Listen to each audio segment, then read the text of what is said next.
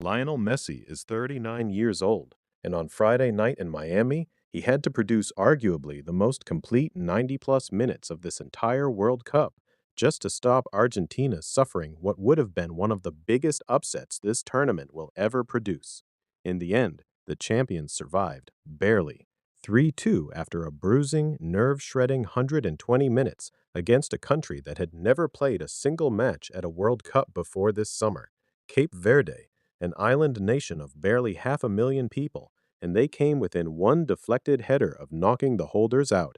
If you watched all 120 minutes of it, you have almost certainly aged a couple of years in the process.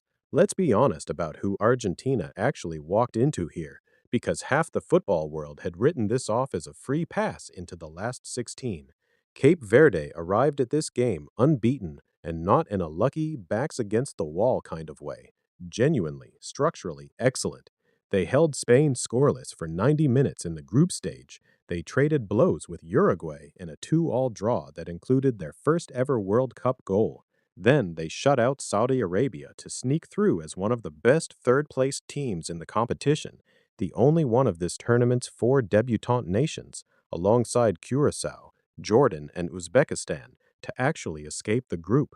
Before kickoff against Argentina, they had spent a grand total of 16 minutes behind in any match they had played all tournament. 16. That is not a team making up the numbers.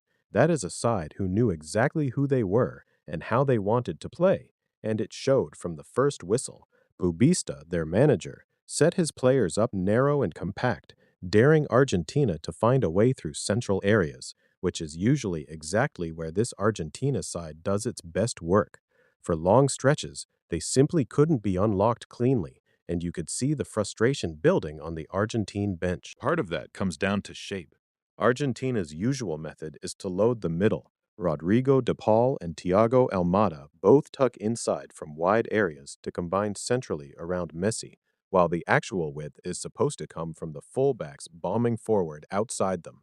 Against a defense sitting deep and narrow, though, that plan needs quick combinations and clever runs in behind to function properly, and for long periods, those combinations just weren't clicking. Julian Alvarez, in particular, had one of his quieter nights in an Argentina shirt, rarely finding the pockets of space he usually thrives in. Here's how the goals actually unfolded. Just before the half-hour mark, Lisandro Martinez, playing out from the back, clipped an inch-perfect ball over the top of the Cape Verde defense. Messi took one touch to kill it dead around 7 yards from goal and dinked it over the on-rushing Vozinha, 1-0, and Messi's 20th World Cup goal in the process, stretching his own all-time scoring record in this competition even further clear. Cape Verde didn't fold, though. They kept their shape, kept believing, and got the goal their pressure deserved late in the second half. Deroy Duarte poking home an equalizer that had genuinely been coming. One apiece at full time, extra time needed. That's when this game turned into an instant classic.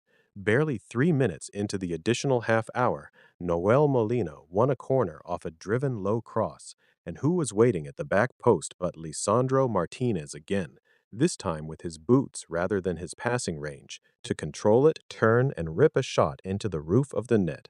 2-1, and most of us assumed that would be enough. It wasn't close to enough. Sidney Lopes Cabral, a Cape Verde defender of all things, had other ideas, thumping a strike from outside the box into the far corner, the kind of finish no keeper alive was stopping, the sort of goal Cape Verdean television will be replaying for the next 50 years. 2-2. Nobody inside that stadium could quite process what they were watching. The reigning champions, seconds from an early exit, against a team most of the neutrals in that stadium had barely heard of before this tournament, needed a slice of fortune to finally separate them. Messi swung a corner into the box in the second period of extra time. Christian Romero rose above everyone to meet it, and his header cannoned in off Cape Verde's Dini Borges for what goes down in the books as an own goal rather than a Romero header. A cruel way to lose a World Cup dream, but that's knockout football for you. 3-2, and Argentina were finally through, though not before Cape Verde threw absolutely everything at a stoppage time equalizer, with Semedo, Benchimal, and Cabral all denied in the final seconds. Step back from the scoreline for a second, though. because the real story of this match is Messi, full stop. Post match, he actually admitted that the plan going in was to score early, sit on the lead, slow the tempo right down, and pick Cape Verde off once frustration set in. Instead, precisely the opposite happened. Cape Verde got stronger the longer the game went, and it was Argentina hanging on for large stretches. At 39, in his sixth and almost certainly final World Cup, Messi still ended up doing nearly everything himself, scoring the opener, directly involved in the corner that led to the winner, and still the one player Argentina turned to whenever they desperately needed a spark. Deep into extra time, on a pitch that had visibly chewed up far younger legs around him. He also drilled a couple of direct free kicks at Vozinha in the second half that, on another night, fly straight in. Enzo Fernandez at least gave him something to work with in midfield, controlling tempo nicely on the ball, and Emiliano Martinez had to be alert at the other end too, somehow keeping out a venomous Cabral free kick when the game was still there to be lost. Which brings me to what should genuinely worry Lionel Scaloni. Nahuel Molina will take the assist for the second goal and try to forget the rest of his night. He was hooked in the 104th minute, moments after Cape Verde's second equalizer, and it wasn't hard to see why. Lautaro Martinez spent long chunks of this match squeezed between two center-backs with barely any service reaching him. Once Cape Verde's low block properly bedded in, Argentina had no obvious way of stretching the pitch, no genuine one-on-one threat out wide to simply go and win a cross. Giuliano Simeone eventually got his chance off the bench and looked almost instantly like a player who should have been on 20 minutes sooner. And full credit to Alexis Mac Allister, who played on through a knock deep into extra time, purely because Argentina had already used every substitute available to them. That's less a fitness issue and more a reminder of how little margin for error this Argentina squad is currently working with. None of this is meant to be panic. Argentina still won. Messi is still the best player most of us will ever get to watch. But this tournament keeps punishing sides who lean on individual brilliance instead of collective structure. And right now, take Messi out of this Argentina team, and some very uncomfortable questions start surfacing very quickly. Before anyone piles on Argentina too hard, though, full credit where it's due. Cape Verde leave this tournament with their heads unbelievably high. Bubista could barely get through his post-match press duties without praising his players' character and refusal to lie down. Vozinha, their goalkeeper, made 8 saves in a losing effort and somehow still looked like the best keeper on the pitch all night. This is a nation of under 500,000 people who turned up at their first ever World Cup and came within a single deflection of eliminating the defending champions. That's not a footnote in this tournament's story. That's a chapter people will still be telling their kids about in 10 years.